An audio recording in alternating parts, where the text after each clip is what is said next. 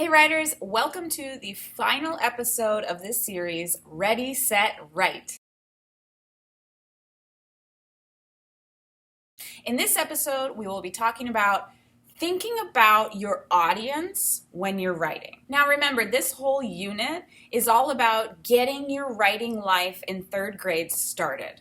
So this final episode of this series kind of wraps up this something we always do when we're writing throughout the whole year.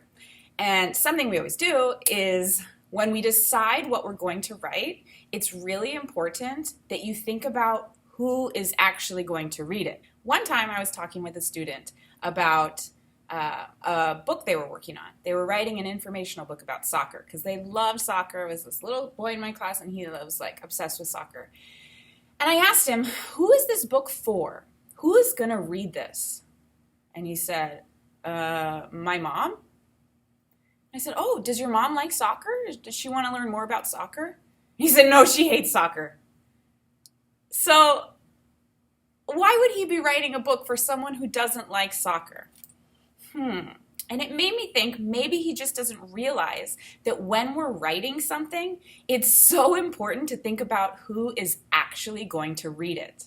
So in order to kind of explain more about this, I literally just went around the classroom and I found things with words on it. And I want to kind of talk about what is the purpose of this type of text? What is the purpose of this kind of writing?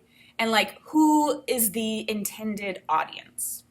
Okay, so you ready? I have like a stack of things here. Okay, here's a novel. It's a fiction novel, historical fiction. This is actually the book I'm reading right now. And when the author was writing this, they knew that adult readers that wanted a fiction story, historical fiction, would be eventually reading this story.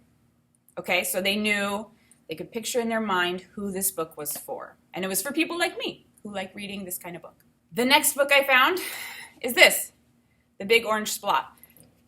This type of text was written for kids or adults or, anyone who likes to read. It's a fantasy story. So the author, I'm sure, was thinking, how can I entertain kids with like interesting ideas and some fun things to include?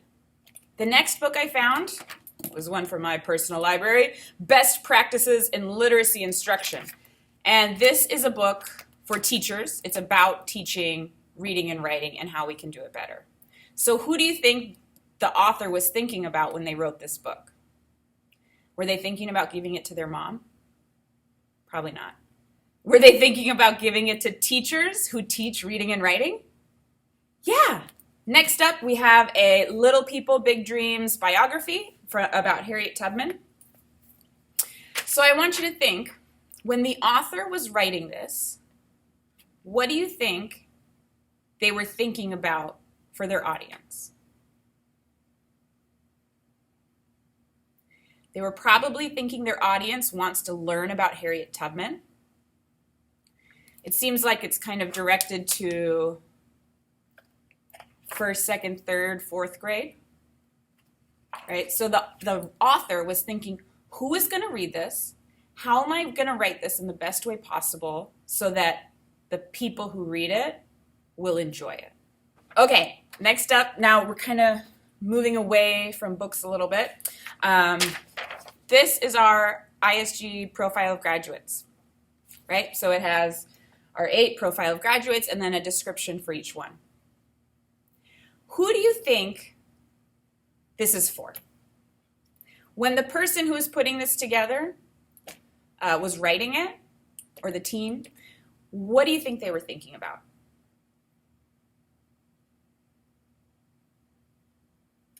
In my mind, I'm guessing they were probably thinking about people who want information, who want to know more about our Profile of Graduates in like a short sentence. So they wrote the title or the Profile of Graduate name and then a little description.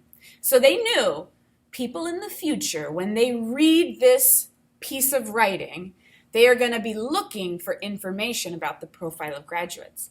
That helped them when they were crafting this. Okay, next up we have one of my favorite things in the world, a Brain Quest quiz book. Right, so it has questions and answers. It's a little quiz book. But this is a kind of writing. Quiz books are writing. It's not a story, but it is writing. So when the authors were creating this, what do you think they thought about when they were drafting it, creating it, publishing it? They were probably thinking about fourth grade students, ages 9 to 10, because that's who it's intended for. They were probably thinking, how can I make this language appropriate for like 9 and 10-year-olds? So not too easy, not too hard. How can I make sure that they can see the questions without seeing the answers? Because if you could see the answer while you're reading the question, what would be the point? Right? So how could someone quiz themselves? Right? So the person who created this really thought deeply about their audience. Next up, we have the Atlas of Adventures. And this is a really cool book that kind of takes you a trip around the world and has lots of different information about different parts of the world. So when the author was creating this, what do you think they were thinking about their audience? Looks like they were trying to use really nice big pictures. They thought about the headings, right? Easy to read. They probably thought about how they could capture their readers' attention with images and little text everywhere. Right? So the authors were thinking about who is going to read this and what would they like to read? What would keep them engaged? Here is a math art book with projects and activities. Right? So when the author was creating this, what do you think they were thinking about? Who do you think they were thinking about? Maybe they thought about kids in classrooms who like math and also like art.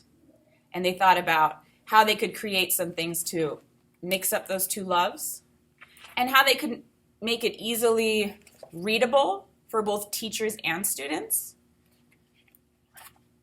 They thought about how to organize their book in ways that make sense. So they grouped it by geography, numbers, and computation.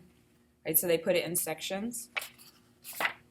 They were thinking about who is going to actually use this and how can I make it readable and easy for them. Okay, just a few left.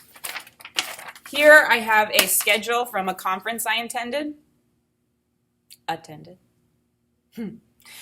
When the person who was creating the schedule was making this, what do you think they were thinking about?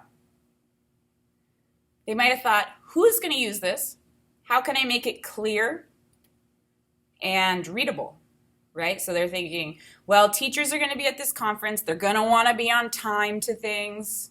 I want to make sure that I have the date, the times, the events sectioned in different days to make it easy to read and make it make sense.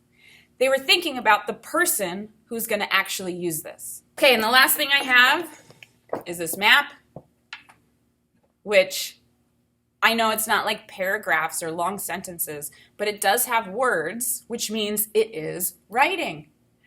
So when the author was creating this, they probably wanted to make a visual representation of this geographical landform, which is the United States. They used different colors so that they could tell where the different states were, right? They put the names in a clear font so that it's easy to read. This is probably more for like upper elementary kids, because if you think a kid in kindergarten looked at this, they might not be as interested. Right? So the person who created this really knew their audience, and they knew the type of thing that their audience would be helped by. Okay, so that was a lot of me talking, and I get that. So I'm going to wrap this up here. But the purpose of all of that was to get you thinking about every time you write something in your independent writing time, whether it's a story, an informational text, a movie script, a schedule, a letter to your friend, whatever you were creating, think about, if I make this into a published document, who am I going to give it to? Who is going to read it? That is going to make you think in different ways to make your writing better. Instead of just thinking, I'm writing this book because Mrs. Wingers told me I had to write a book. Well, one, that's not really fun, and it's not going to give you that motivation to make something that's really great. But if you think, I want to make a book for my best friend because we both like funny stories, and so I'm going to make sure that my story has a lot of funny jokes and maybe some twists and turns in it, that's going to make it more fun for you, and it's going to make it more fun for the people who read it. So, you may go off to your independent writing today, but please remember, or maybe before you even start, check in with yourself. Ask, what am I going to write today, and who is it for? All right, have a great time during writing. Bye.